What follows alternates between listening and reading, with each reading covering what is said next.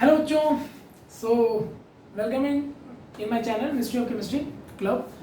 और रिस्पॉन्स तो मतलब पूछिए नहीं, response is ultimate. So thank you so much for all of you. अच्छा, अब हम जो बात करने जा रहे हैं कि आज का टॉपिक सर क्या है, तो मैंने अपने इंस्टाग्राम पेज पे पहले ही बता रखा है। और जिन लोगों ने अभी इंस्टाग्राम पेज हमारा फॉलो नहीं किया, पेज जाके फॉलो कर लें। हमारे इंस्टाग्राम पेज का जो आईडी है वो है mystery of chemistry club. You can go through and just follow us. Because of why, क्योंकि आपको रेगुलर वहाँ पर एक पर्टिकुलर पहले से ही मतलब 24 आवर पहले आपको अपडेट मिलता रहेगा कि आने वाला हमारा वीडियो कौन सा है। ठीक है, सो देखिए लास्ट वीडियो जो हमने शुरू किया था ionisation energy in DDLJ style आपको पढ़ाया था ना, याद है? सिमरन, राज and Babuji. Babuji is a nucleus, Simran is an electron and the Raj वो बाहर वाली एनर्जी जो सिमरन को लेके बाहर निकलने की कोशिश करता है। और कैसे कोशिश करता है? तो बाबूजी और सिमरन के बीच के अट्रैक्शन को तोड़ने की, यानी अट्रैक्शन फोर्स को तोड़ने की। तो उस अट्रैक्शन फोर्स को तोड़ने के लिए जो भी मैं मिनिमम एनर्जी अप्लाई करता हूँ उसी को हम लोग क्या बोलते हैं बताओ? उसी को हम लोग बोलते हैं आयनाइजेशन एनर्जी। जिन्होंने आयनाइजेशन एनर्जी वाला ये वीडियो नहीं चेक किया, प्लीज जाके उस चैनल पे वीडियो को चेक कर लीजिएगा, ताकि आज का लेक्चर आपको और थोड़ा सा प्रॉपर लेवल पर समझ में आए। क्योंकि हमारा आज का टॉपिक है how to calculate ionisation energy and ionisation potential. How to calculate, कैसे करेंगे? देखो, इसको कैलकुलेट करने के लिए मैथमेटिकल टर्म्स भी, फॉर्मूले भी है, लेकिन हम उस फॉर्मूले का यूज नहीं करने वाले। क्यों सर? इसलिए नहीं करने वाले क्योंकि उस फॉर्मूले से रिलेट करके जो आयनेशन एनर्जी कैलकुलेशन है वो अब लास्ट 4-5 ईयर से नहीं पूछे जा रहे हैं। अब क्यों क्वेश्चंस कैसे आते हैं मैं बताऊं। 4-5 एलिमेंट आपको दे देगा और बोलेगा इनके आयनेशन एनर्जी का ऑर्डर बताओ। मतलब इन एलिमेंट से इलेक्ट्रॉन निकालने के लिए जो एनर्जी देना पड़े उसका ऑर्डर बताइए आप, यानी कंपैरेटिव स्टडी है ना। तो ये क्वेश्चंस कैसे होते हैं, ठीक है? तो बेटा देखो, आज हम आयनेशन एनर्जी और आयनेशन पोटेंशियल को डिस्कस यहाँ पर नहीं कर रहे हैं। जिसको भी आयनेशन एनर्जी और आयनेशन पोटेंशियल नहीं पता है वो हमारे पुरानी वीडियो को प्ले क्रॉस चेक कर लेगा। ठीक है, तो जो बच्चे भी आज नए बच्चे ये वीडियो देख रहे हैं, प्लीज पहले वीडियो को चेक कर लीजिएगा, प्रीवियस वाले को, देन आफ्टर उसको आप इससे आराम से रिलेट कर पाएंगे। तो चलिए स्टार्ट करते हैं कि इनको कैलकुलेट करते कैसे हैं। तो चलिए देखते हैं। देखिए, अगर आयनेशन एनर्जी कैलकुलेट करना है आपको कि भाई सिमरन को राज निकालेगा तो किस एनर्जी से क्या एनर्जी लगाएगा कि बाबूजी और सिमरन के बीच का अट्रैक्शन कम पड़ जाए, तो इलेक्ट्रॉन निकल जाए। तो आयनेशन एनर्जी को कैलकुलेट करने के बेटा हमारे पास बेसिकली 4 मेथड है। ठीक है, कितने मेथड है बताओ? 4 मेथड है। First, second, third and fourth. ये 4 मेथड इतने सफिशिएंट है कि आपको किसी भी एलिमेंट का आयनेशन एनर्जी कैलकुलेट करके दिखा देंगे। बाकी कहीं आपको दिमाग लगाने की रिक्वायरमेंट है नहीं। अब आप कहोगे सर एक्सेप्शंस, बेटा इसमें सब कुछ डील हो जाएगा, और एक्सेप्शन तो कुछ होता नहीं, पहले भी बता चुका हूँ। तो इसमें सब कुछ डील होने वाला है। So let's start with this. तो पहला मेथड है बेटा इलेक्ट्रॉनिक कॉन्फ़िगरेशन। मतलब कहने का कि अगर आप किसी भी एलिमेंट का आयनेशन एनर्जी कैलकुलेट कर रहे हो ना, तो आपको ionization energy electronic configuration calculate करना आना चाहिए, लिखना आना चाहिए। सर नहीं आता, कोई नहीं, मैं यहां किस लिए आया हूं, देखते हैं। सेकंड है बेटा half filled and full field stability. अब सर ये क्या नया चीज है? टेंशन नहीं लेने का, वेट करो। तीसरा बेटा है हमारे पास पीरियोडिक टेबल पैटर्न। ठीक है, PT stand for periodic table. Okay, तो पीरियोडिक टेबल पैटर्न तो बहुत पुरानी बात है बेटा, 9th-10th का बच्चा भी जानता है। नहीं, टॉप टू बॉटम जाने पर ये घटता है, ये बढ़ता है, लेफ्ट टू राइट जाने पर ये होता है, वो होता है। ठीक है, and the fourth one is that, ये मैं अपनी तरफ से दे रहा हूं आपको, ionization energy directly proportional to cations and inversely proportional to anions. ये क्या मतलब है सर? देखो, केटायंस का मतलब होता है बेटा पॉजिटिव और एनायंस का मतलब होता है बेटा नेगेटिव। ठीक है, अब देखो सिंपल सी चीज है ना। पॉजिटिव का मतलब क्या है? पॉजिटिव मतलब इलेक्ट्रॉन लूज हो रहा है, छोड़ा जा रहा है। अभी न्यूट्रल एटम जो होता है उसमें नंबर ऑफ इलेक्ट्रॉन और नंबर ऑफ प्रोटॉन बराबर होते हैं। अगर आप उससे इलेक्ट्रॉन निकाल दोगे तो बेटा प्लस चार्ज आ जाएगा। तो इलेक्ट्रॉन तो जा रहा है लेकिन प्रोटॉन तो न्यूक्लियस में अभिभूत नहीं है, तो पॉजिटिव चार्ज वहां पर डोमिनेट करेगा इलेक्ट्रॉन को, क्योंकि देखेगा कि इलेक्ट्रॉन कम पड़ रहे हैं तो पॉजिटिव इलेक्ट्रॉन को और तेजी से खींचेगा, तो वहां साइज में कॉन्ट्रैक्शन आएगा। तो बेटा जब अट्रैक्शन ज्यादा होगा, कॉन्ट्रैक्शन छोटे साइज का हो जाएगा वो, तो बेटा ऐसे इलेक्ट्रॉन निकालना बहुत टफ होगा, तो आयनेशन एनर्जी बढ़ जाएगा। इसीलिए आयनेशन एनर्जी केटायंस के डायरेक्टली प्रोपोर्शनल है। आयनेशन एनर्जी एनायंस के इनवर्सली क्यों है सर? देखो एनायंस में क्या होता है, इलेक्ट्रॉन्स आ रहे हैं, तो इलेक्ट्रॉन्स आने का मतलब पहले से इलेक्ट्रॉन थे और इलेक्ट्रॉन आ रहे हैं, तो इलेक्ट्रॉन माइनस चार्ज के होते बेटा उनमें रिपल्सन क्रिएट हो जाएगा। अब रिपल्सन हो जाएगा तो इलेक्ट्रॉन तो दोनों एक दूसरे से खुद ही दूर भागना चाहते हैं, तो हमें मौका मिल गया। जब वो खुद ही दूर भागना चाहते हैं तो मैं तो नॉर्मल आयनेशन एनर्जी लगा के इसको निकाल दूंगा। तो this is the simple concept, okay. अभी डिटेल में डिस्कस करेंगे। तो ये बेटा हमारे पास 4 मेथड हैं जिसके दम पर हम आयनेशन एनर्जी कैलकुलेट कर लेते हैं। अब वो चाहे एक्सेप्शन हो चाहे कुछ भी। द क्वेश्चन इज सर ये सब है क्या, तो वन बाय वन डिस्कस कर लेते हैं, ओके। सो आई होप कि आपको समझ में आ गया होगा यहाँ तक चारों चीजें। अब एक ही करके इनको डिस्कस करते हैं।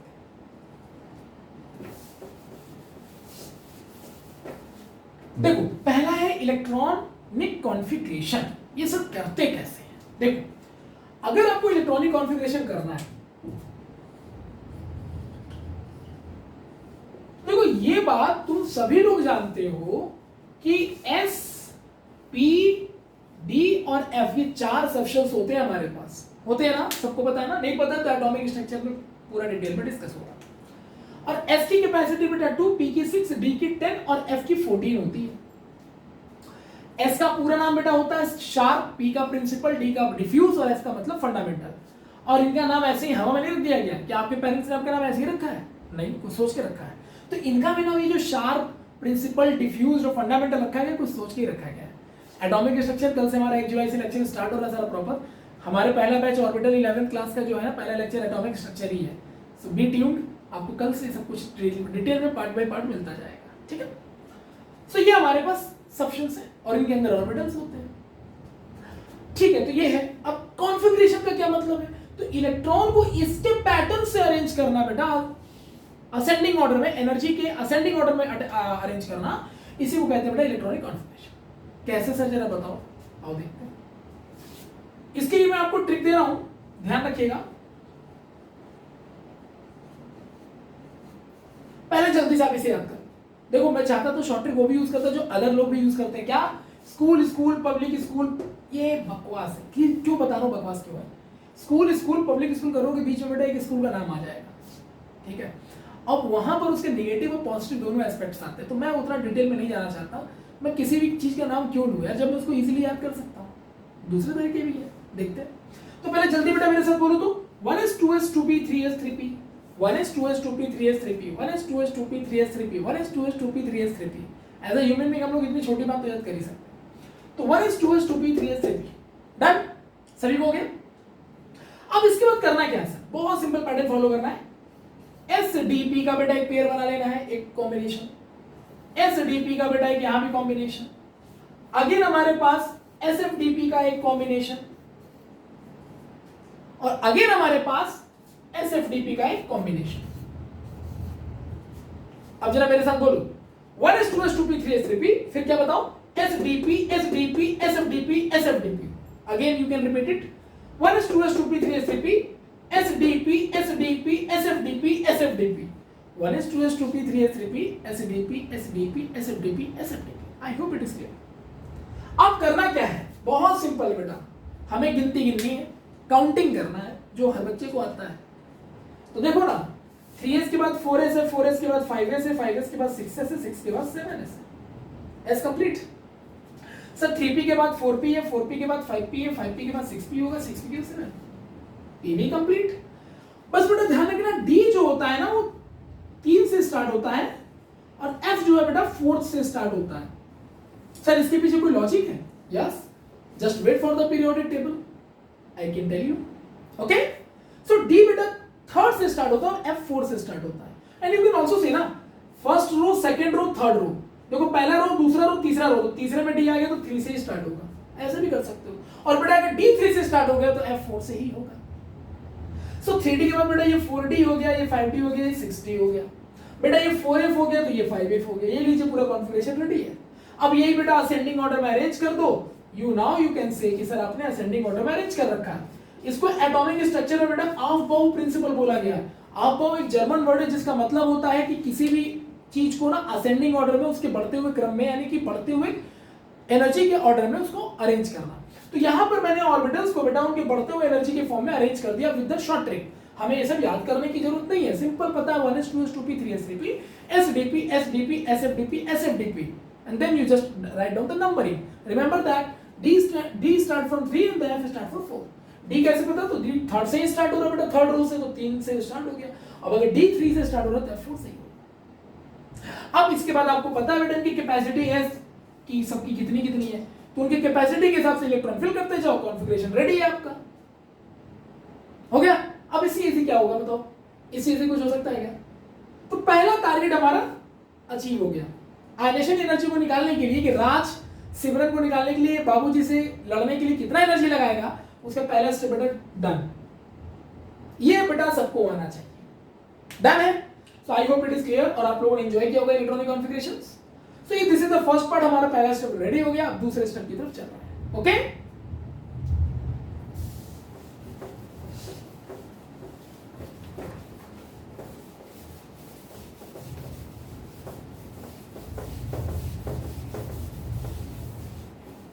Okay, so now the second one sir, half fill full fill stability load। देखते हैं इसको क्या होता है।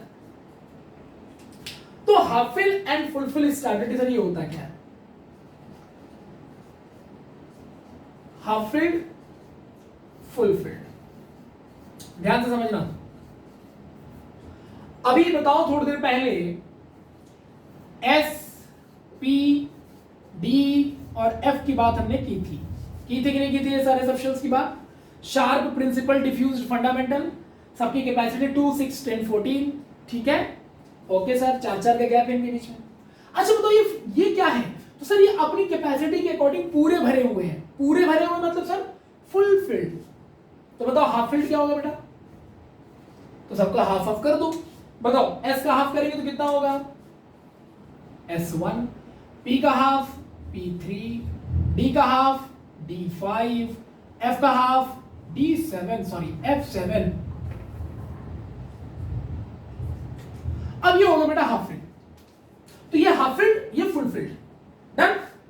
अब कहते हैं कि कोई भी ऑर्बिटल या सबशेल बेटा इस फॉर्मेट में अगर रहता है ना तो बहुत हाईली स्टेबल होता है, बहुत हाईली। मतलब ये दोनों वर्जन किसी भी कंडीशन पे बहुत ज्यादा स्टेबल होते हैं। यानी इसके अलावा अगर आपको कोई भी वर्जन दिखाई देगा ना ऑर्बिटल्स का तो आप बोल दोगे सर अनस्टेबल है। क्वेश्चन सर ऐसा क्यों बोलते हैं सर? ऐसा इसलिए बोलते हैं क्योंकि इन दोनों के बीच में आ गया है, ये लोग है ना डिजेनरेट ऑर्बिटल्स कहलाते हैं। ठीक है, ये कहलाते क्या बताओ बेटा? Degenerate orbitals. क्या मतलब है सर इसका? इनका मतलब ये है, देखो अगर तुम गूगल करोगे तो डिजेनरेट का मतलब होता है घटिया इंसान। वो तो खैर अपनी लैंग्वेज हम लोग यूज करेंगे, लेकिन केमिस्ट्री में बेटा यहां पर डिजेनरेट का मतलब कुछ और है। तो केमिस्ट्री में से डिजेनरेट का मतलब क्या है? तो डिजेनरेसी का मतलब बेटा यहां पर है कि इनका एनर्जी लेवल सबका सेम है, यानी सब सेम एनर्जी लेवल पर है सर। और जब सबशेल्स या ऑर्बिटल बेटा सेम एनर्जी लेवल पे होते हैं तो उनकी स्टेबिलिटी बहुत हाई होती है। क्या मतलब है सर इसका? तो डिजेनरेसी का मतलब तो पहले समझ में आ गया। अब इसको मैं आपको बताता हूँ प्रैक्टिकल लाइफ से जोड़ के, जो कि मैं आपको बार बार बताता हूँ केमिस्ट्री पूरी तरह से प्रैक्टिकल लाइफ है। चलो एक बात बताओ मुझे, आप जो अपने दोस्त बनाते हो, अपना कलेक्शन बनाते हो दोस्तों का, तो गौर करना कभी कि आपका जो ट्यून है ना हमेशा उन्हीं बंदों के साथ बैठता है जिसके साथ आपकी जो थिंकिंग है ना मैच करती है। थिंकिंग मैच करने का मतलब दोनों का एनर्जी लेवल सेम, दोनों का जो कैपेसिटी है सेम। तो ऐसे में क्या होता है ना कि दोनों की चांसेस है कि आपस में मिसअंडरस्टैंडिंग बहुत ही कम होंगे और वो दोस्ती लंबे समय तक चलती है। लेकिन अगर मान लो, ऐसा सोचो कि आप अपने से किसी ज्यादा थॉट वाले बंदे से अगर हो तो वो आपको इंफीरियर फील कराता रहेगा और आपको अच्छा नहीं लगेगा और वो दोस्ती लंबे समय तक नहीं चल सकती। या फिर आप अपने से कम वाले के साथ हो तो कम वाला आपसे बेटा इंफीरियर फील करता रहेगा, या आप सुपीरियर फील करते रहोगे तो उसको बुरा लगेगा। तो ऐसा कॉम्बिनेशन वैलिड नहीं है। तो बेटर है कि दोनों की एनर्जी लेवल जब सेम होते हैं ना तो दोनों का थॉट स्किल मैच करता है, तो ऐसे में दोस्ती काफी लंबे टाइम तक चलती है क्योंकि दोनों वही है, तो कोई बुरा मान ही नहीं सकता एक दूसरे की बात का। डन है ना? ऐसा होता ही नहीं होता प्रैक्टिकल लाइफ में। अब तुम मोटिवेशनल स्पीकर को बीच मत लाना जो बोलते हैं कि कोशिश करो कि तुम अपने से ज्यादा, जो तुमसे ज्यादा ऊपर वाले हो उनसे दोस्ती करो। अरे यार बेवकूफ आदमी वाली बात कर रहे हो। तुमसे अगर हम अपने से ज्यादा ऊपर वाले से नौकरी करेंगे ना, या सॉरी दोस्ती करेंगे ना, तो कभी बंदा अपने हमको तो अपने बराबर आने नहीं देगा ना। तो वो तो ऑलरेडी सुपीरियरिटी कॉम्प्लेक्स में जी रहा है और हम कोशिश करेंगे कि उसके बराबर आ जाए और वो कभी आने नहीं देगा। तो ये दोस्ती थोड़ी ना है यार। जिस दोस्ती में अगर इस तरह की चीजें आ जाए वो दोस्ती नहीं हो सकती, वो लॉन्ग टाइम चल ही नहीं सकता। तो ऐसे में वो अनस्टेबिलिटी रहेगा वहां पर। तो स्टेबिलिटी के लिए बेटा मैच करना जरूरी है आपस की थिंकिंग का। डन। और आप देख लीजिएगा जो भी लॉन्ग टर्म तक दोस्त होते हैं ना वो सेम थिंकिंग स्किल वाले होते हैं। आप अपने आसपास देखिए ना, तो आज के बाद अपने दोस्त आप कैसे बनाओगे? सेम थिंकिंग स्किल वाले। ठीक है, स्कूलों में बैक बेंचर का ग्रुप अलग होता है, पढ़ने वालों का ग्रुप अपना अलग होता है, जो मीडियोकर होता है उनका ग्रुप अपना अलग होता है। आप आजमा के देख लेना। डन है यहाँ तक? Sure in short? पक्का? अब जैसे मैं as a professional teacher suppose करो मैं हूँ, तो मेरा जो मेरा सर्कल होगा ना, ज़्यादातर उसमें टीचर ही होंगे यार। मेरे सर्कल में बॉलीवुड सेलिब्रिटी नहीं होंगे, क्रिकेटर नहीं होंगे, और क्रिकेटरों के सर्कल में बड़ा क्रिकेटर ही होंगे, वो वॉलीबॉल खेलने वाले नहीं होंगे उनके दोस्त। तो सिंपल सा चीज है ना कि सेम थॉट इसके मैच करें, तो ऐसे में दोनों जो ग्रोथ करते हैं तो एग्जैक्टली सेम लेवल पे करते हैं, तो उनकी स्टेबिलिटी बहुत हाई होती है। तो वही कॉन्सेप्ट यहाँ लग रहा है बेटा कि जब ऑलरेडी डिजनरेट हो जाते हैं ना, तो उनके एनर्जी लेवल इक्वल हो जाते हैं, तो कोई भी इलेक्ट्रॉन इधर उधर भागता नहीं है, तो उसकी स्टेबिलिटी मेंटेन रहती है। और इनमें अगर एनर्जी इधर उधर कुछ हुआ तो एक इलेक्ट्रॉन पता चला हाइपर एक्टिव हो गया, एक लेस एक्टिव हो गया, तो वहां पर बैलेंसिंग नहीं हो पाएगी, तो स्टेबिलिटी लेस हो गई। तो यही दो सिचुएशन है बेटा, ये हम केमिकल बॉन्डिंग में सिखाएंगे कि ऐसा क्यों है। यही वो दो सिचुएशन है जिसमें कोई भी ऑर्बिटल अपने आप को स्टेबल फील करता है, क्योंकि वो डिजनरेट वे में रहता है, सेम एनर्जी लेवल में रहता है। I hope it is clear to all of you, और प्रैक्टिकल लाइफ से जोड़ भी दिया, remember that. Okay, so it is clear, sure and short. Now we can move further. आप अपनी बात कर लो ना यार, तुम्हारा मान लो आईटी निकल जाए और तुम आईटी कॉलेज में चले जाओ, तो क्या तुम किसी ऐसे बच्चे से दोस्ती, यानी किसी ऐसे लड़के से दोस्ती करना पसंद करोगे क्या, जो पता चला किसी रामादेवी टेक्निकल कॉलेज से बीटेक कर रहा है? ऑब्वियसली तुम्हारा सर्कल कहीं और चला जाएगा, और वो बंदा भी तुमसे नहीं मिलना चाहेगा, क्योंकि वो अपने आप को इंफीरियर फील करेगा और आप सुपीरियर फील करोगे।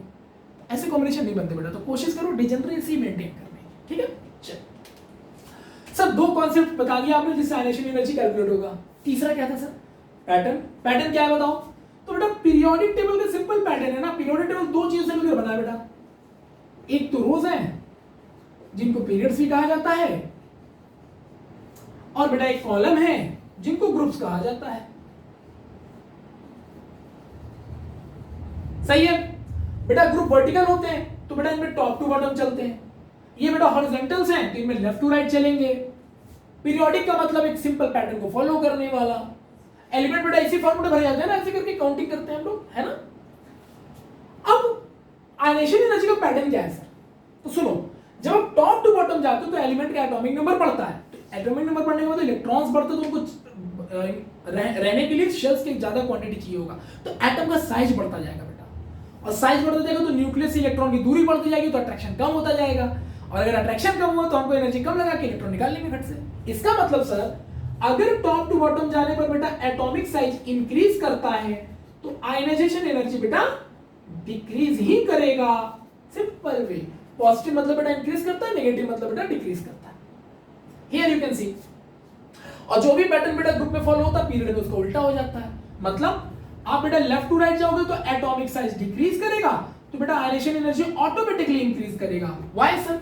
बेटा साइज अगर डिक्रीज कर रहा है ना, तो इलेक्ट्रॉन्स यानी कि जो न्यूक्लियस इलेक्ट्रॉन की दूरी घट रही है, तो अट्रैक्शन बढ़ रहा है, तो ऐसे में इलेक्ट्रॉन निकालना और टफ है, तो आयनाइजेशन एनर्जी बढ़ेगा। So this is the simplest pattern which followed by all the groups of the periodic table. Done?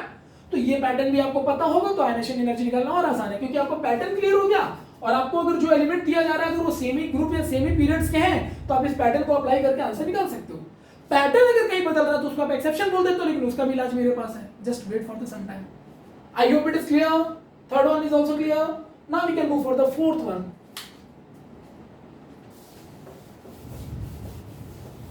देखो फोर्थ क्या था, मैंने बताया था आपको, वो मैंने अपनी तरफ से बताया था, ionization energy directly proportional to बेटा क्या, cations, and inversely proportional to बेटा क्या, एनायंस। एनायंस यानी नेगेटिव, केटायंस यानी पॉजिटिव। तो ये भी मैंने आपको एक्सप्लेन ही तो किया था। केटायंस का मतलब सर इलेक्ट्रॉन निकल रहा है, तो भैया प्रोटॉन ज्यादा यानी इलेक्ट्रॉन कम प्रोटॉन ज्यादा, अट्रैक्शन जबरदस्त, साइज छोटा, इलेक्ट्रॉन निकालना टफ, क्योंकि अट्रैक्शन बहुत हाई है सर। डन है ना। अगर मान लो बाबूजी से सिमरन बहुत ज्यादा अटैच होती ना, तो राज बेटा कुछ भी कर लेता, निकाल ना पाता। तो साइज छोटा होना बहुत खतरनाक है, क्योंकि आपको आयनाइजेशन एनर्जी बहुत ज्यादा लगाना पड़ेगा। इसीलिए बेटा साइज छोटा है, केटायंस का मतलब आयनाइजेशन एनर्जी हाई, और एनायंस में क्या है, बहुत भीड़ है, खूब सारे इलेक्ट्रॉन है, आपस में टकरा रहे हैं, टकरा के दूर भाग रहे हैं। तो जब ये पता चल जाए आपको कि इलेक्ट्रॉन खुद ही निकलना चाह रहा है, तो मैं तो नॉर्मल एनर्जी लगाऊंगा, निकाल के चल दूंगा। तो बेटा अगर एनायंस हो गया तो आयनाइजेशन एनर्जी कम। सही है। So this is the simplest way to define the ionization energy. So we have 4 methods, and इन्हीं 4 methods से बेटा कोई भी ionization energy कैलकुलेट कर सकते हैं, चाहे वो exceptions हो या ना हो या नॉर्मल केस हो। Done? Now हम देखिए कैसे करते हैं।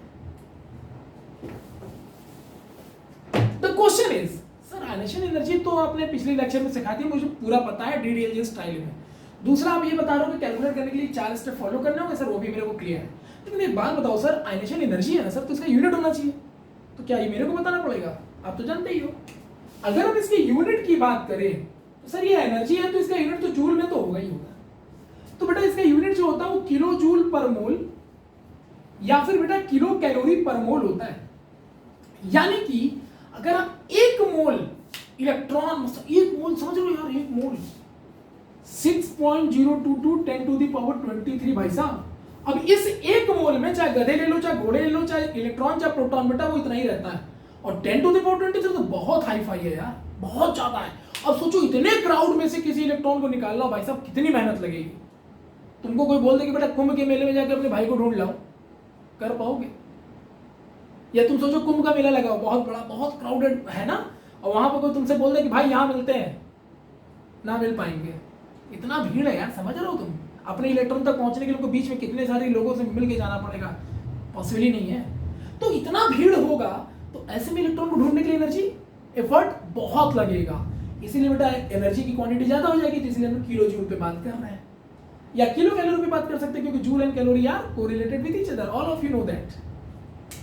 सर मान लो अगर मैं एक एटम से इलेक्ट्रॉन निकाले तो सर एटम तो बहुत टाइनी पार्टिकल है, बहुत छोटा है, तो वहां तो एनर्जी कम में भी काम चल जाएगा।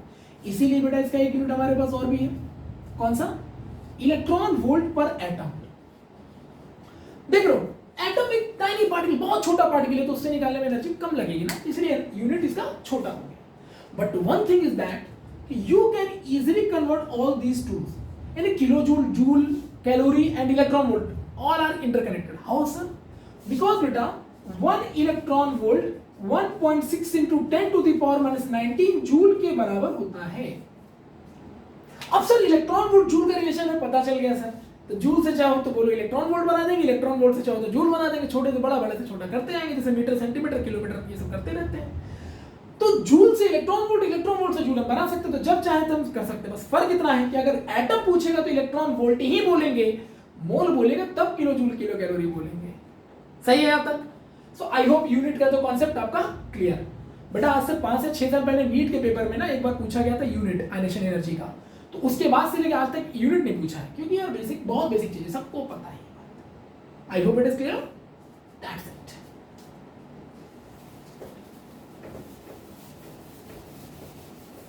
तो सर आयनेशन एनर्जी क्या होता है, आपने DDLJ स्टाइल में लास्ट वीडियो में बताया था, आज कैलकुलेट करने सिखा रहे हैं, तो उसके 4 स्टेप बताए कि 4 अगर आपको पता तो आप आयनेशन एनर्जी निकाल लोगे। और सर अभी आपने यूनिट पे डिस्कस कर दिया, तो अब बचा क्या? कुछ नहीं, अब क्वेश्चंस करने हैं, लेट्स सी।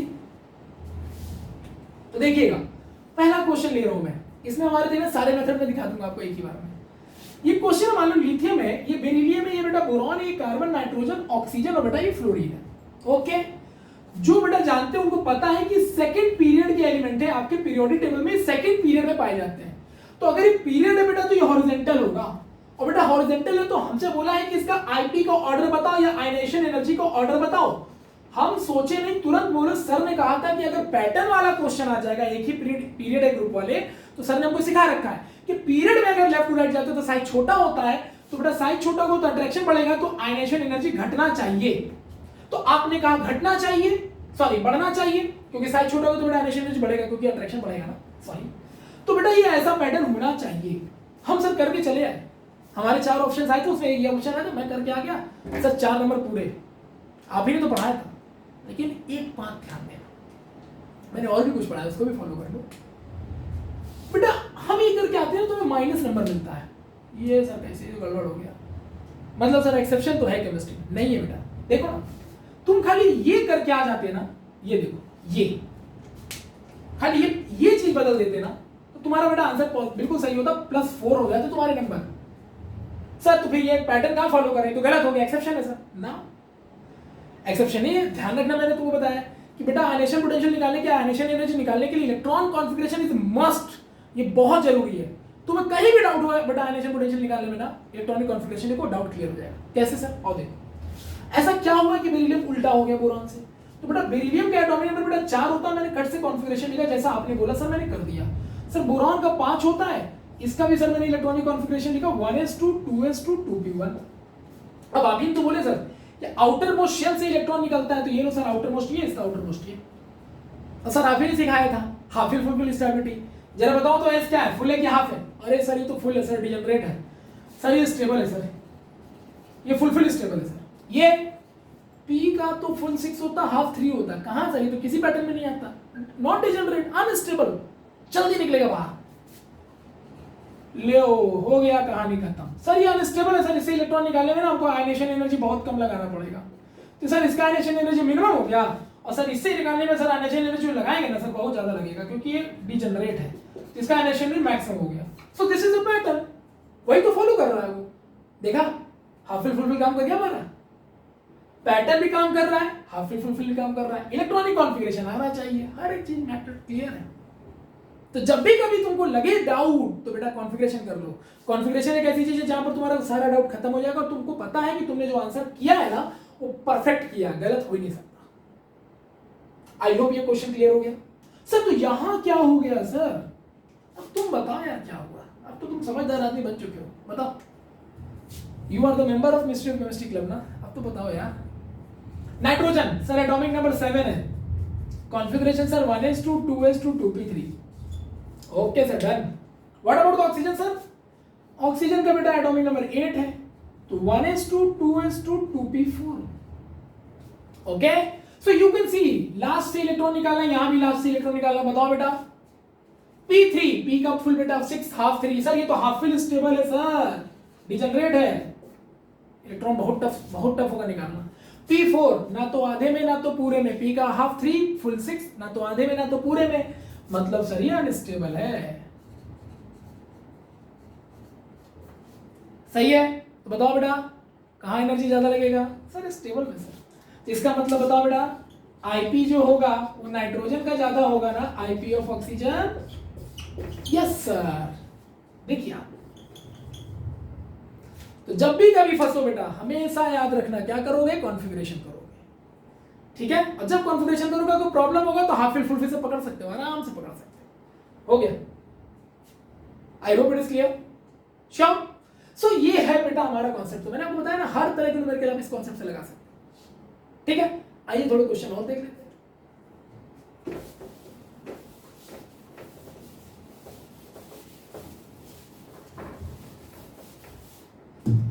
आईआईटी 2019 में आईआईटी में क्वेश्चन आया था।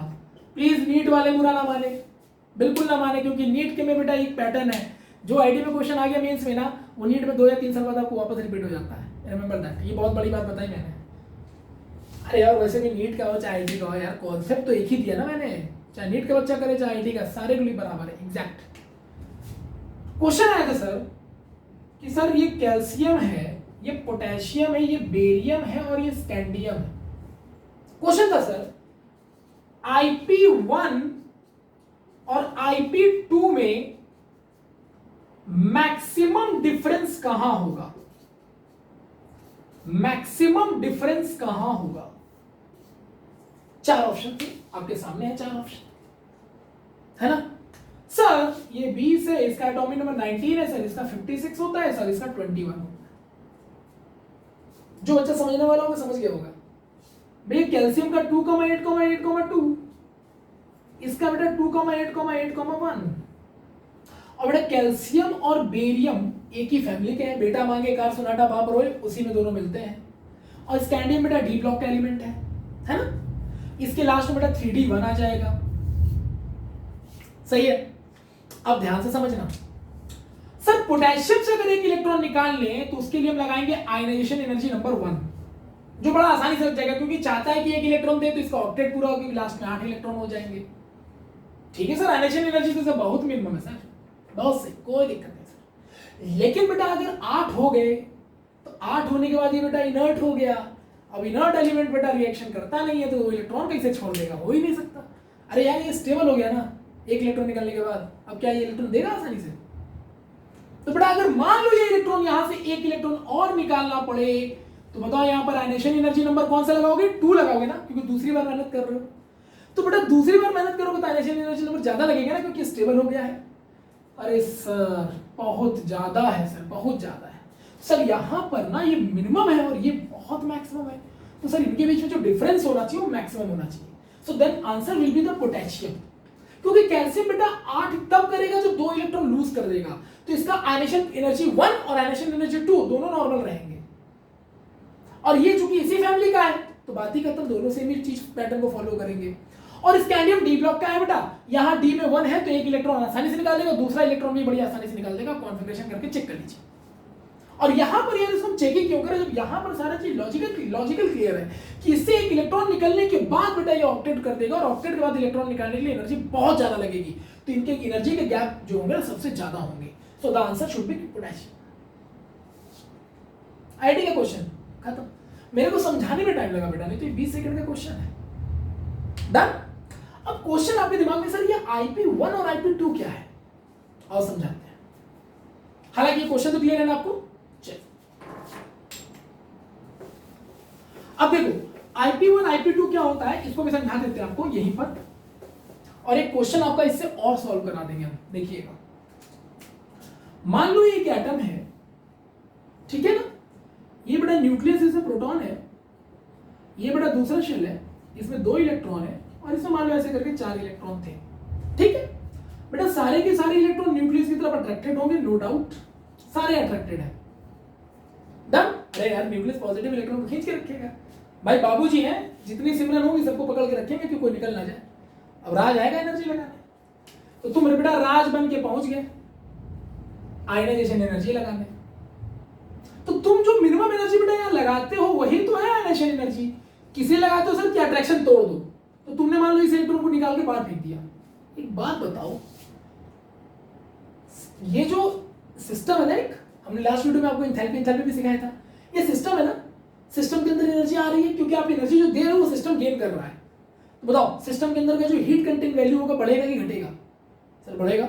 ओह बढ़ेगा, तो इसका मतलब ये एनर्जी अंदर जा रहा है तो ये बढ़ रहा है बेटा। और अगर अंदर की तरफ जा रहा है तो प्रोसेस कैसा हो गया बताओ बेटा? इंडोथर्मिक। सही है। इंडोथर्मिक का मतलब सर डेल एच पॉजिटिव। अरे डेल एच क्या होता है? लास्ट वीडियो में बता रखा है, एंथैल्पी चेंज। ये कब होता है? सिस्टम के अंदर होता है। तो बेटा अगर सिस्टम के अंदर एंथैल्पी चेंज पॉजिटिव कब होता है? जब एनर्जी आ रही होती है। एंथैल्पी मतलब हीट कंटेंट, तो हीट बढ़ रहा है अंदर। अगर बेटा वो हीट लॉस हो रहा है तो एक्सोथर्मिक। तो यहाँ बेटा पॉजिटिव क्यों? क्योंकि एनर्जी आप दे रहे हो ना यार, और सिस्टम एनर्जी ले रहा है। और वो एनर्जी आपने दिया क्यों? इस अट्रैक्शन को तोड़ने के लिए। तो उस उतनी एनर्जी को गेन कर लेगा तब जाके ये वाला अट्रैक्शन को तोड़ देगा। ठीक है। तो बेटा एक इलेक्ट्रॉन निकल गया, तो बताना तो ये कैसा हो जाएगा? न्यूक्लियस, ये बेटा पहला शेल, इसमें 2 इलेक्ट्रॉन। ठीक है। और जो वो वाला था ये बाहर वाला, इसमें बेटा कितने इलेक्ट्रॉन बच गए? 3 सिमरन बच गई। एक सिमरन बाहर निकल गई क्योंकि यहां पर एनर्जी स्टोर हो गई, ये देखो। और ये इलेक्ट्रॉन बेटा बाहर निकल गया, उसमें चार्ज पॉजिटिव आ गया। हो गया। तो ये कौन सा आयनाइजेशन एनर्जी लगाया सर आपने? तो IE1, क्योंकि मैंने पहला इलेक्ट्रॉन निकाला तो IE1। अब ये बताओ इलेक्ट्रॉन सर कम हो गए सर, लेकिन प्रोटॉन तो अभी भी उतने ही। तो बताओ बेटा अट्रैक्शन बढ़ेगा घटेगा? ऑब्वियसली सर बढ़ जाएगा सर, प्रोटॉन ज्यादा है ना, इलेक्ट्रॉन कम है, तो प्रोटॉन पकड़ के सबको खींच देगा। और यहाँ बेटा एनर्जी स्टोर है। अब सोच के देखो कि अगर मान लो तुम दोबारा राज बनते हो, अब इस बार इस इलेक्ट्रॉन को निकालने की कोशिश करते हो, तो तुम मिनिमम एनर्जी लगाओगे फिर से। अब मुझे बताओ बेटा यहां पर जो एनर्जी लगा रहे हो और यहां पर जो एनर्जी लगा रहे हो, कौन सी एनर्जी ज्यादा होगी? ऑब्वियसली सर ये वाली, क्योंकि प्रोटॉन ज्यादा है तो इलेक्ट्रॉन को ज्यादा पकड़ेगा, खींचेगा, तो इलेक्ट्रॉन निकालना टफ। तो सर यहां पर जो हमने आयनाइजेशन एनर्जी लगाया सर वो 2 नंबर लगाया। अब अगर ऐसा हुआ बेटा तो ये देखो तुमने एनर्जी फिर लगाया, तो बेटा ये फिर हो गया इंडोथर्मिक, ये फिर हो गया इंडोथर्मिक। मतलब डेल एच क्या हो गया बेटा? फिर से पॉजिटिव। यानी कि सर इलेक्ट्रॉन चाहे जितना निकालो एनर्जी लगाना ही पड़ेगा, क्योंकि अट्रैक्शन तो रहता ही है न्यूक्लियस का, कभी बढ़ता है कभी घटता है, लेकिन अट्रैक्शन रहता है तो बेटा लगाने के लिए आपको एनर्जी लगाना पड़ेगा। तो प्रोसेस इंडोथर्मिक ही होगा, क्योंकि एनर्जी जब दोगे तो सिस्टम उसको गेन करेगा, तो इंडोथर्मिक ही होना है। तो बेटा याद रखेंगे आयनाइजेशन एनर्जी में से किस प्रोसेस को फॉलो करता है? इंडोथर्मिक। अब बताओ अगर ये इलेक्ट्रॉन भी निकल जाए तो क्या होगा? सर ये न्यूक्लियस, ये वाला पहला शेल, और ये सर देखो। अब सर कितने सिमरन बचे? 2 ही सिमरन, 2 सिमरन बेटा निकल गए। और यहाँ बेटा क्या हो गया? Energy store. यहाँ देखो ये दूसरा इलेक्ट्रॉन, यहाँ भी एनर्जी स्टोर। अब सर देखो ना अट्रैक्शन और बढ़ा। अब देख सकते हो मैंने देखो ये पहले बड़ा बनाया था, फिर ये थोड़ा छोटा बनाया, इसको और छोटा बना दिया, क्योंकि 2 इलेक्ट्रॉन निकल गए तो न्यूक्लियस और हावी हो गया, न्यूक्लियस का प्रोटॉन और हावी हो गया। जितना कम इलेक्ट्रॉन उतना तेजी से खींचेगा, तो कॉन्ट्रैक्शन इन साइज और ज्यादा होगा। अब इमेजिन करो अगर इसके बाद एक इलेक्ट्रॉन और निकालते हो बेटा IE3 लगा के, तो क्या उतनी ही एनर्जी से निकल जाएगा? नहीं सर, अट्रैक्शन तो और बढ़ रहा है, और एनर्जी लगाएंगे सर। तो इसका मतलब सिंपल है कि बेटा IE2 ग्रेटर देन IE1, और अगर IE3 लगाते तो वो और ज्यादा होता। इसको कहते हैं सक्सेसिव आयनाइजेशन एनर्जी। सक्सेसिव मतलब लगातार कॉन्टिन्यूअस वे में। डन, बिल्कुल सिंपल पैटर्न है। एंड रिमेंबर आयनाइजेशन एनर्जी हमेशा क्या होता है बेटा? Endothermic process. व्हाई? क्योंकि आप एनर्जी सिस्टम को दे रहे हो, और सिस्टम एनर्जी गेन करेगा तो पॉजिटिव करेगा, अपनी एनर्जी बढ़ाएगा। ठीक है, सो ये है बेटा पूरा कॉन्सेप्ट सक्सेसिव आयनाइजेशन एनर्जी का भी हो गया। और आयनाइजेशन एनर्जी को आप ऐसे भी समझ सकते हो ना कि मान लो आप अपने दोस्त से उधार ले रहे थे, तो जो पहली बार आप उधार मांगोगे ना तो वो दे देगा, क्योंकि आपका ट्रैक रिकॉर्ड पहले का है नहीं, तो आपने मांगा उसने दे दिया। तो पहली बार उससे पैसा उधार मांगने ना आपको आयनाइजेशन एनर्जी कम लगाना पड़ा। लेकिन जब पहली बार उधार लेकर के तुम मान लो पैसा लौटाया नहीं, और जब तुम दोबारा लेने जाओगे बेटा तो क्या देगा वो आसानी से? ट्रैक रिकॉर्ड खराब हो चुका है तो अब नहीं देगा। आपके लिए आप इस बार आपको जो है ना अपना आयनाइजेशन एनर्जी बहुत ज्यादा करना पड़ेगा, तब वो इलेक्ट्रॉन यानी पैसा देगा आपको। तो बताओ हर बार आपको अगर अलग अलग वे में पैसा उससे लेना है, उधार लेते रहना है, तो आपको हर बार नया नया मेथड यूज करना पड़ेगा, बार बार आपको एनर्जी चेंज करना पड़ेगा। इसका मतलब पहली बार में आयनाइजेशन एनर्जी कम होता है, दूसरी बार में और ज्यादा, तीसरी बार में और ज्यादा, चौथे में और ज्यादा। This is a simple fact. जब आप पहली बार बेटा 12th बोर्ड पास करते हो तो कम मेहनत से पास हो जाते हो, लगभग मैक्सिमम लोग पास हो जाते हैं, तो उसमें आपकी मेहनत कम है तो आयनाइजेशन एनर्जी कम लगी। सेकंड टाइम जब आईटी मेंस के पेपर में बैठे बेटा तो आयनाइजेशन एनर्जी आपको ज्यादा लगाना पड़ा, क्योंकि कंपटीशन टफ है, पेपर भी अच्छा है। और तीसरी बार बेटा जब आईटी एडवांस में बैठे ना तो वहां आयनाइजेशन एनर्जी और जबरदस्त लगेगा, क्योंकि पेपर और टफ है। तो जितनी बार आप अटेम्प्ट करते हो ना सेम चीज को लेकर के, उतना ही आपको अपना एफर्ट बढ़ाना पड़ता है। I hope it is clear. Done, ठीक है ना। अब पता चला आईटी मेंस लगा के एनर्जी, मिनिमम एनर्जी लगा के आयनाइजेशन एनर्जी लगा के आईटी मेंस निकाल दिया। सेकंड बार आईटी एडवांस का पेपर टफ था तो और आयनाइजेशन एनर्जी लगा दिया बेटा। लेकिन जब आईटी के अंदर पहुंचे तो बीटेक सेमेस्टर भी बहुत टफ होते हैं, तो उसको क्रैक करने में और एनर्जी लगा दिया। सो दिस ऑल थिंग्स, यानी ये पैटर्न चलता है बेटा। एक ही पैटर्न को आप बार बार करोगे तो आपको एनर्जी उस लेवल पे और बढ़ाते रहना होगा। उधार वाला सबसे अच्छा एग्जांपल है, याद रखना, ठीक है। तो किसी से उधार अगर ले रखा है तो दोबारा मत जाना लेने, तो एनर्जी बहुत लगेगा। और अगर नहीं लिया तो आज उधार ले लो, आयनाइजेशन एनर्जी कम लगेगा। ठीक, सो ये है बेटा तुम्हारा पूरा कॉन्सेप्ट। डन, चलिए। तो अगर मैं अब I1, IE1, IE2, IE3 की बात करूं ना तो बिल्कुल दिमाग नहीं लगाना चाहिए, क्योंकि आपको पता है कि इसमें सब क्या होता है। उधार वाला कॉन्सेप्ट हमारा कॉन्सेप्ट क्लियर होता है, ठीक है। अब तुम इमेजिन करो ना कि अगर मान लो बाबूजी ने सिमरन को बहुत टाइटली पकड़ा होता तो राज पहला आयनाइजेशन एनर्जी लगाता, IE1 जो कि कम लगता, मतलब नॉर्मल एनर्जी लगा कि सिमरन को आराम से एक्सेप्ट करा लेते। नहीं, बाबूजी अगर फोर्स बढ़ाते चले गए तो राज बेटा एनर्जी बढ़ाता चला जाएगा। तो ऐसे डीडीएलजी के कई सारे पार्ट बन जाते, पार्ट 1, पार्ट 2, पार्ट 3 सिमरन को निकालने के चक्कर में, ठीक है। सो ये ध्यान रखिएगा। चलिए, तो आई hope it is clear now, सही है। तो एक बात बताओ यार, एक क्वेश्चन ही वाला कैसे करें सर? n माइनस माइनस और o माइनस माइनस, इसमें सर आयनाइजेशन एनर्जी जो है ना मैक्सिमम किसका होगा? अरे सर ये तो बड़ा आसान है, आपने तो बताया था।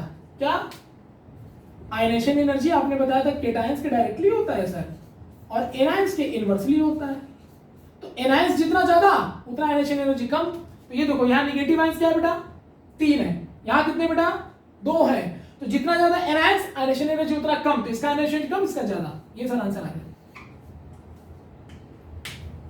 डन, आयंस निकालना तुम्हारे लिए बच्चों का खेल है, काम खत्म है। अब थोड़ा डिटेल में जाना चाहते हो तो वो भी देख लो।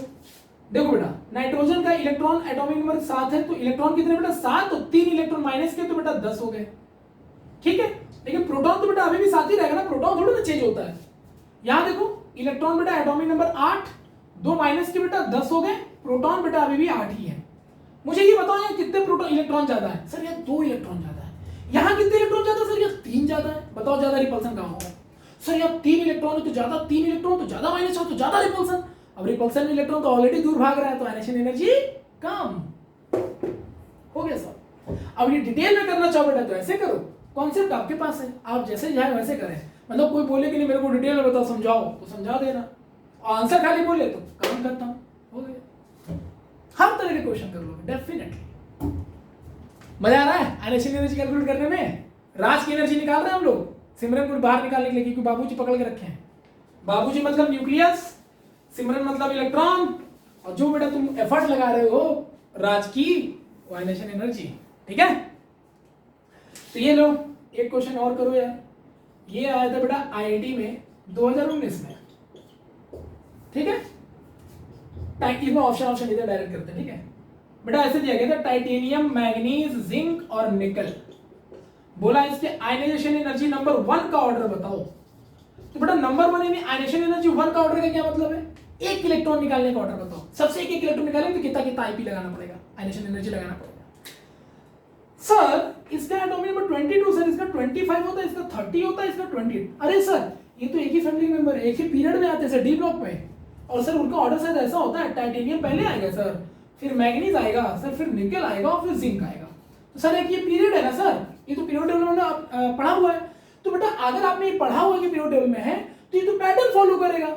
अगर ये पीरियड है बेटा तो लेफ्ट टू राइट जाने पर बेटा आयनाइजेशन एनर्जी क्या होगा बोलो, इंक्रीज, क्योंकि साइज घटेगा।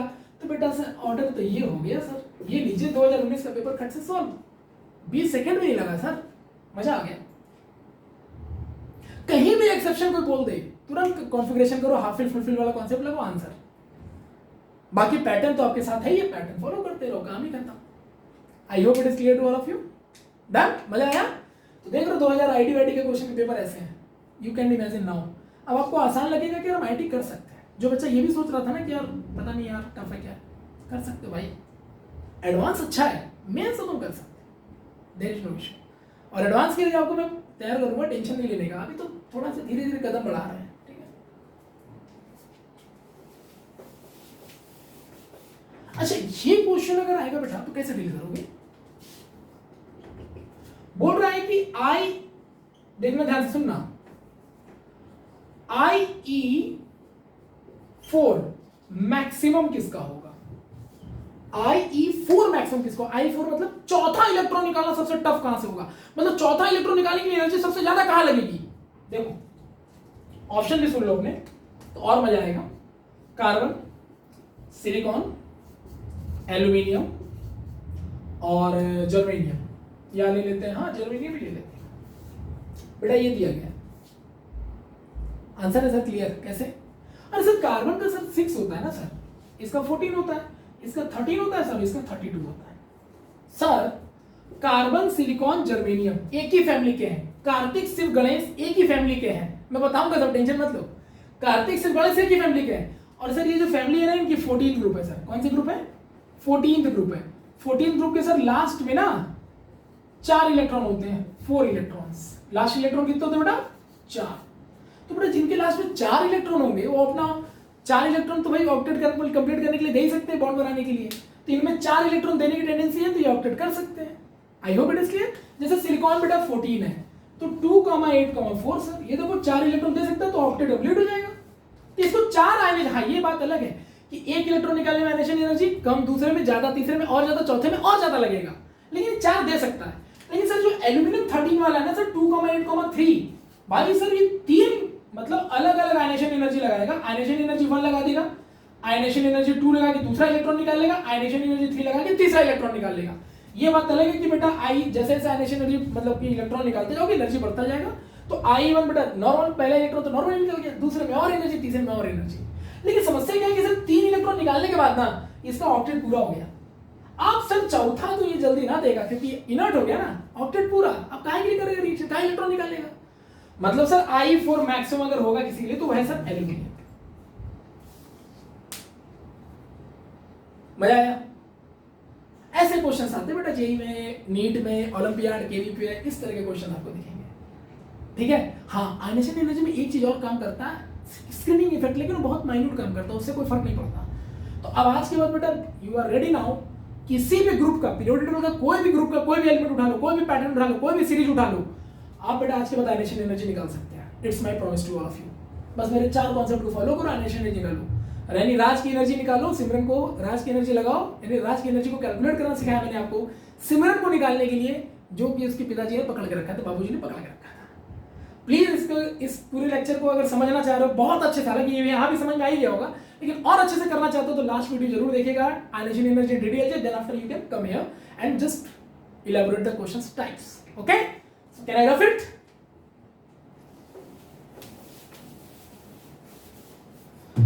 तो ये था बेटा हमारे पास आज का आयनाइजेशन एनर्जी कैलकुलेट करने के तरीके। कैसे करते हैं, इसका यूनिट क्या होता है, ठीक है, इलेक्ट्रॉनिक कॉन्फ़िगरेशन की क्या जरूरत है, half fill full fill stability क्यों होता है, सब कुछ बताया आपको मैंने प्रॉपर मैनर में। और एक शॉर्ट कॉन्सेप्ट दिया आयनेशन एनर्जी का, आयंस का कैसे निकालते हैं, वही केटायंस और एनायंस वाला कॉन्सेप्ट। फिर पैटर्न बताया पीरियोडिक टेबल के अकॉर्डिंग, वो भी फॉलो अप कर सकते हो। और जहां भी एक्सेप्शन आ जाए तुरंत कॉन्फ़िगरेशन खत्म लगाओ खट से और देखो हाफ फिल फुल फिल वाला कॉन्सेप्ट है कि नहीं। अगर है तो एक्सेप्शन होना तय है, क्योंकि हाफ फिल फुल फिल वाले स्टेबल मिल जाएंगे ना भाई। डिजनरेट सेम एनर्जी थॉट वाले, उनसे इलेक्ट्रॉन निकालना टफ है। दो अगर सेम थॉट वाले होंगे ना तो उनको आपस में लड़ा पाना बहुत टफ होता है।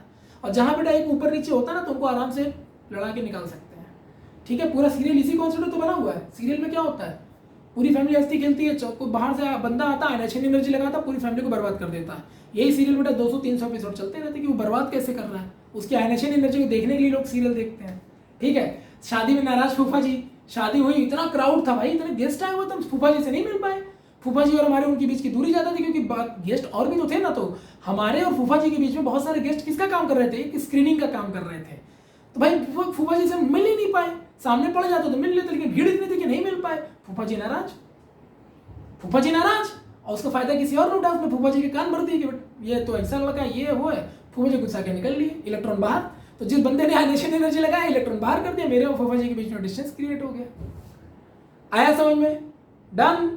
अब तुम अपने पापा से पहली बार कुछ मांगना कि तुम्हारे 12th में अच्छे मार्क्स आ जाए, तो पापा से बोलना पापा ये दिला दो, पहली बार में दिला देंगे पापा, कोई दिक्कत। फिर पापा से दूसरी बार मांग के देखना, तुमको समझ में आ जाएगा। सेकंड बार आयनेशन एनर्जी जब लगाओगे ना कुछ मांगने के लिए, तो बेटा पिताजी ना फिर अच्छे खासे क्वेश्चन पूछेंगे, तो एनर्जी एफर्ट ज्यादा लगाओगे तो पिताजी कन्विंस होंगे। तीसरी बार मांगोगे और एफर्ट लगेगा बेटा, एक समय हो सकता है कि पिताजी पिघलना बंद कर दे, ना लगाए, ठीक है। तो ये था बेटा हमारे पास आयनेशन एनर्जी का कॉन्सेप्ट। प्रैक्टिकल लाइफ में आप इसको यूज कर सकते हो, जहां मन करे वहां यूज करिए, ठीक है। दोस्तों से उधार मांगते समय यूज करिए। पहली बार लगाएंगे समझ में आ गया कि जिससे कभी उधार नहीं लिया उससे अगर उधार लूंगा मैं तो कम आयनेशन एनर्जी में पैसा मिल जाएगा। दूसरी बार में बेटा टफ है, तीसरी बार में तो और टफ है। Done. So this is all about the thing. तो याद रखिए, आपको 12th बोर्ड अगर क्रैक करना है तो आयनेशन एनर्जी कम लगा के भी काम चलेगा। आईटी मेंस के लिए आयनेशन एनर्जी थोड़ी ज्यादा बढ़ानी पड़ेगी, यानी लेवल आपको बढ़ाना पड़ेगा, मेहनत करनी पड़ेगी। आईटी एडवांस के लिए लेवल और बढ़ाना पड़ेगा। डन। नीट वाले भी 12th के लिए आयनेशन एनर्जी कम लगाना पड़ेगा। नीट को क्रैक करने के लिए अच्छे रैंक से आपको आयनेशन एनर्जी बढ़ाना पड़ेगा। Is it clear? So I hope कि आपको आयनेशन एनर्जी का ये लेक्चर बहुत अच्छा लगा होगा और हर तरह के क्वेश्चन मैंने यहाँ पे डिस्कस कर दिए। सो नाउ अब जुट जाइए बेटा, आप लोग किसी भी किताब से जाइए,